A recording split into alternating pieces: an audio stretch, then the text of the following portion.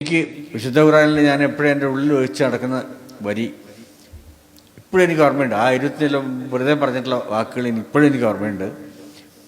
ഇന്നല്ലാഹ മഹസ്വാബിരീൻ,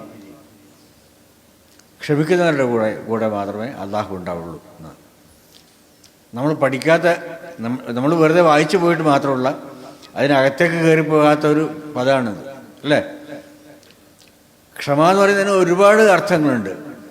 നമ്മളോട് തെറ്റ് ചെയ്ത ഒരാളോട് ക്ഷമിക്കുക, ക്ഷമാപൂർവം കാര്യങ്ങൾ ചെയ്യുക, ശ്രദ്ധിച്ച് സാവകാശം ഒരു കാര്യത്തെപ്പറ്റി ആലോചിച്ച് സമാധാനമായിട്ട് ആ കാര്യം ചെയ്യുക എന്ന് പറയുന്നതിന് അർത്ഥമുണ്ട്, അല്ലേ? ക്ഷമ എന്ന് പറയുന്നതിന് ഒരു 100 അർത്ഥമുണ്ട്.